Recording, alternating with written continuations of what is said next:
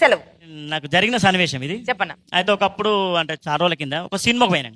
సినిమాకు పోయిన తర్వాత నాకు ఏమైందంటే మధ్యలో ఎమర్జెన్సీ వచ్చింది. ఏం కాదు నేను చెప్పుకుంటా.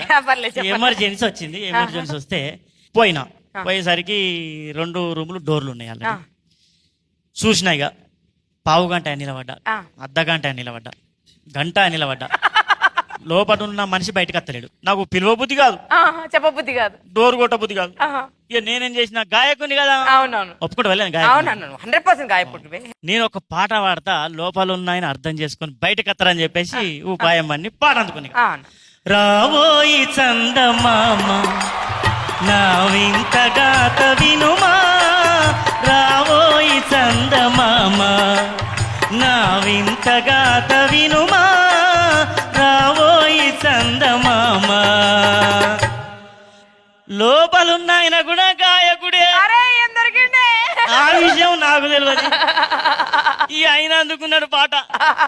ఆగబోయి భారతీయుడా, కాస్త ఆగబోయి భారతీయుడా, ఆగబోయి భారతీయుడా. అవ్వా నేనైతే బయట గంట సేపా నిలబడి. అవునవును. నేను అప్పుడే చెప్పిన నా పరిస్థితి ఎట్లు ఆగుడు లేదు. ఇక పాట అందుకున్నా.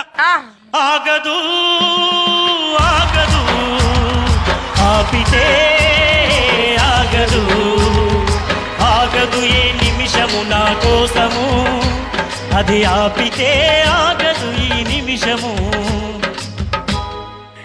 అట్లా పరిస్థితి. లోపల ఆయన నిమ్మలంగా కూర్చుని ఆపుకుంటే అన్నీ ఆగుతావే. మనిషికి కృషి ఉండాలి, పట్టుదల ఉండాలి అనుకుంటే పాట అందుకున్నాడు.